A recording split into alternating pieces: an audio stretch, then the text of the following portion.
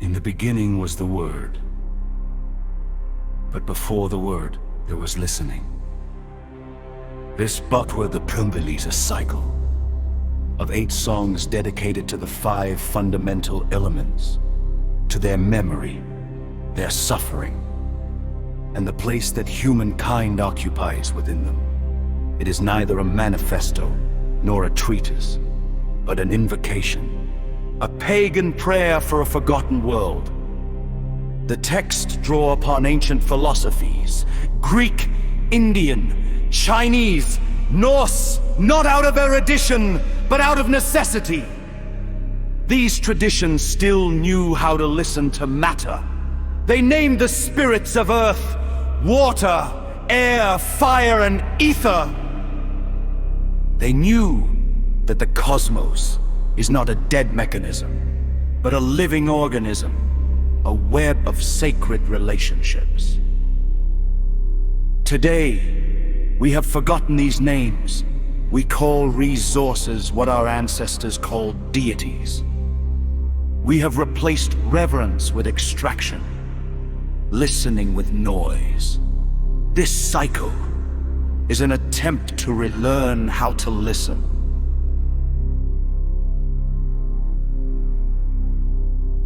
Element A.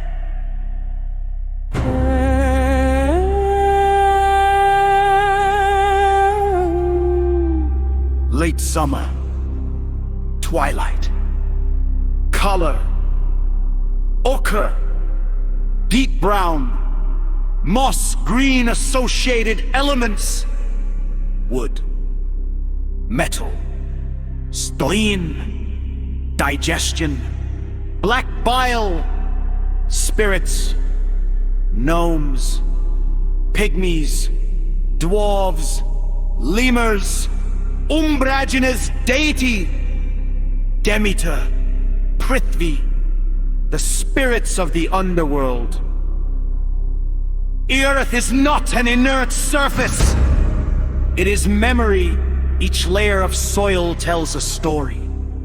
A forest that burned, an animal that died, a child who ran. Decomposing organic matter becomes humus, and humus is the great book of the living. In Indian philosophy, Prithvi is the mother goddess, the solidity that allows all life to take root. In Chinese tradition, earth is associated with the spleen and digestion. It transforms, assimilates, and nourishes. But it is also metal, autumn, and rigor. For all nourishment requires discipline. Gnomes, dwarves, and subterranean spirits are not primitive beliefs. They are living metaphors for the invisible forces that inhabit the earth. To see them is to re-enchant matter. We treat the earth like a warehouse. We deplete it, pollute it, and silence it. But the earth speaks. It speaks through droughts, floods, and landslides. It cries out when it is pierced. It bleeds when it is burned. This song is an act of symbolic reparation. It's not enough, but it reminds us that the first wound is often that of indifference. I am the earth, and the earth remembers.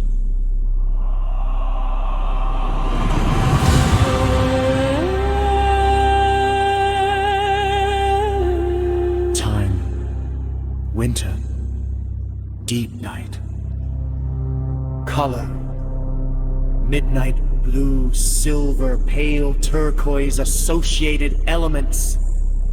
Phlegm, kidneys, fear, intuition, spirits, undines, nymphs, nereids, naiads, deity, Poseidon, Ap, river spirits. Air is the element of fluidity, adaptability, and purification. It flows where it is least expected, It bypasses obstacles. It wears away stones with patience. In the human body, it is linked to the kidneys and to fear. For what is more terrifying than losing one's bearings, drowning, dissolving? Undines and nymphs are not simply fairy creatures. They embody the temptation of surrender, letting oneself be carried by the current, no longer struggling, no longer choosing, but they hold the air as the element of freedom and thought. It cannot be captured. It carries sound, sense, and prayers.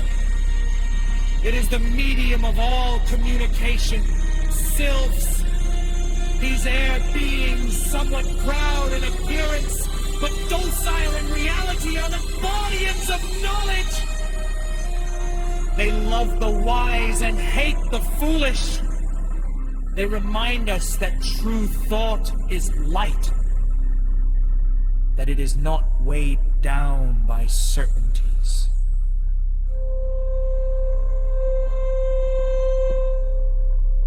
We have filled the air with poison. Our factories spew carbon. Our planes tear through the sky. Our wars scorch the atmosphere. The air breathed by children in some cities is more toxic than that from a 19th century factory chimney. But the air remembers. It carries our words, our lies, our songs, and one day, perhaps, it will answer us. The air is filled with an innumerable multitude of peoples of human form.